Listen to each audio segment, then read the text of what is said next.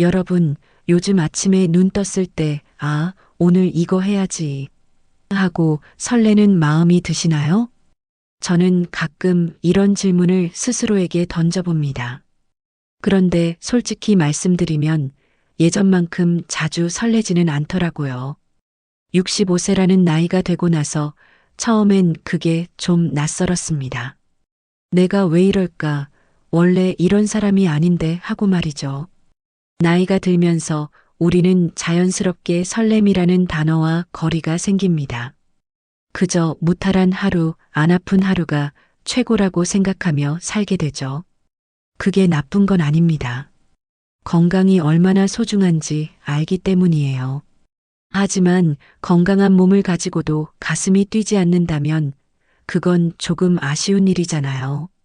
제가 화실에서 붓을 잡을 때 혹은 지금 이렇게 여러분과 이야기를 나눌 때만큼은 다시 청춘으로 돌아간 기분이 듭니다. 그 감각이 참 신기해요. 나이는 분명 들었는데 어떤 순간엔 25대처럼 눈이 반짝이거든요. 오늘은 그 반짝임을 다시 찾는 방법에 대해 이야기해 보려 합니다.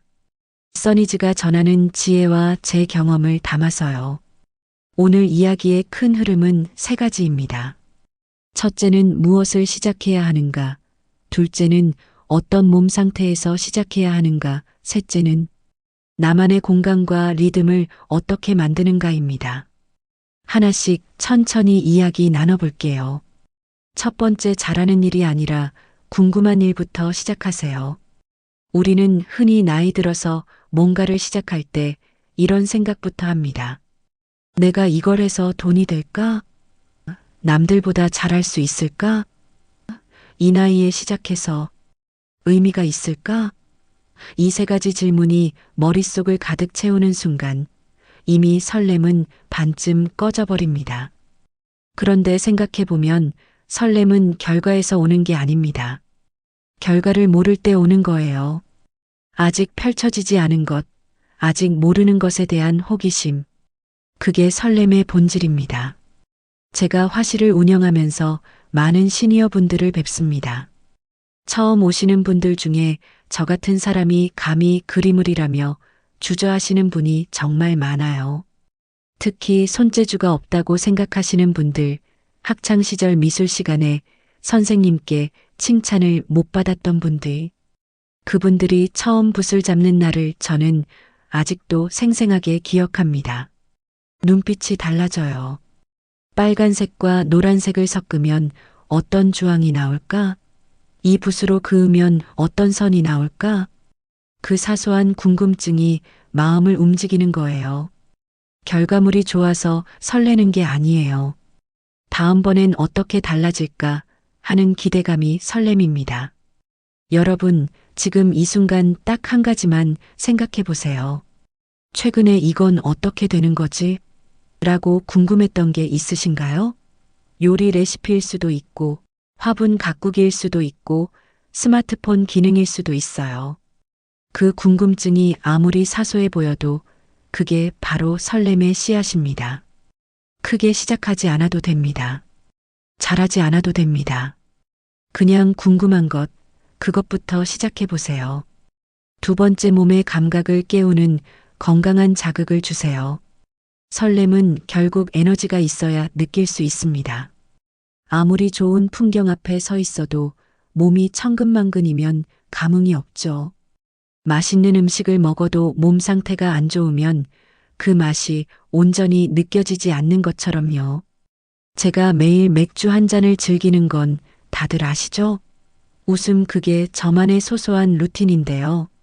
중요한 건 그 맥주 한 잔을 충분히 즐기기 위해서라도 낮 시간엔 몸을 잘 관리해야 한다는 거예요.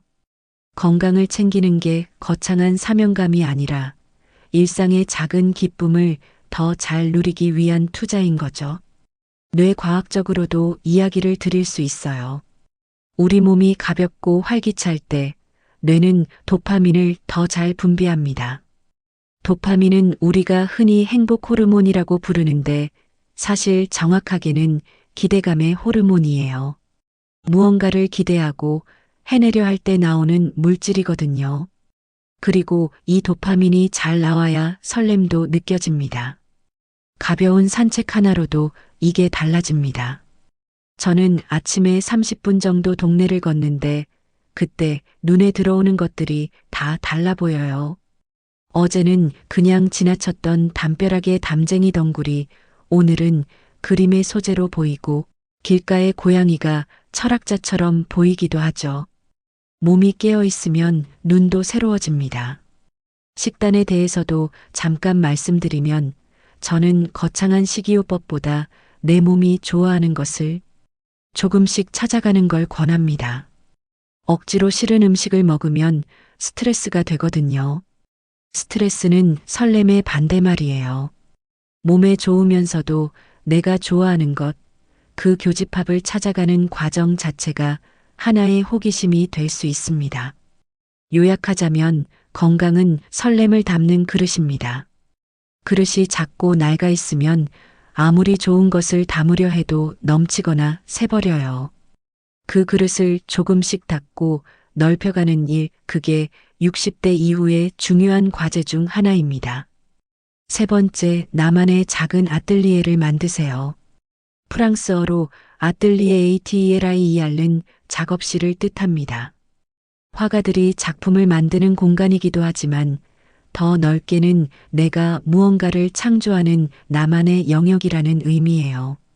꼭 거창한 공간이 아니어도 좋습니다. 베란다에 작은 화분 하나, 매일 짧게 기록하는 블로그 한 줄, 정성껏 차린 혼자만의 점심 식탁, 손으로 적는 다이어리, 이 모든 것이 여러분만의 아뜰리에가 될 수 있어요. 왜 이게 중요하냐면 사람은 자기가 주인공이 되는 공간이 있을 때 삶의 주도권을 느끼기 때문입니다. 우리는 평생을 누군가의 역할 속에서 살아왔잖아요. 누구의 부모, 누구의 배우자, 누구의 직장 동료. 그런데 이제는 내가 그냥 나로서 무언가를 할 수 있는 공간이 필요해요. 저는 화실이 그 공간입니다. 그리고 이 유튜브 채널도 그 공간 중 하나예요. 제가 경험하고 느끼고 생각하는 것들을 여러분과 나누는 이 시간이 저에게는 설레는 시간입니다. 영상 하나를 만들 때마다 이번엔 어떤 이야기를 하지? 어떻게 하면 더 잘 전달될까? 하고 고민하거든요. 그 고민 자체가 즐거워요. 여러분의 아뜰리에는 무엇인가요? 아직 없으시다면 오늘부터 딱 하나만 정해보세요. 나는 매일 이것만큼은 한다. 그 한 가지가 여러분 삶의 작은 중심이 되어줄 거예요. 나라는 작품을 완성하는 중입니다. 오늘 세 가지 이야기를 나눴습니다. 잘하는 것보다 궁금한 것부터 시작하는 것, 몸의 감각을 깨워 설렘을 담을 그릇을 만드는 것, 그리고 나만의 작은 아뜰리에를 갖는 것. 사실 저도 잡탕 같은 삶을 삽니다. 그림도 가르쳐야 하고, 영상도 찍어야 하고, 건강도 챙겨야 하고, 가족들과의 시간도 있고, 어떤 날은 정말 뭘 먼저 해야 하는지 모르겠을 때도 있어요. 그런데 이 모든 조각들이 모여서 나라는 하나의 작품을 완성해 가고 있다고 생각하면 복잡한 게 아니라 풍성한 거더라고요. 인생을 캔버스에 비유하면 우리는 아직도 그림을 그리는 중입니다. 60대가 되면 캔버스의 절반쯤은 워졌겠지만 나머지 절반은 아직 흰 여백이에요. 그 여백을 어떤 색으로 채울지는 전적으로 우리에게 달려 있습니다. 너무 늦은 때는 없습니다. 오늘 당장 내가 무엇에 눈길이 가는지, 무엇을 할 때 아주 조금이라도 입꼬리가 올라가는지 살펴보세요. 설렘은 멀리서 찾는 게 아니라 내 안에서 발견하는 것입니다. 오늘도 지혜롭고 아름다운 여러분의 하루를 응원합니다. 다음 영상에서 또 만나요.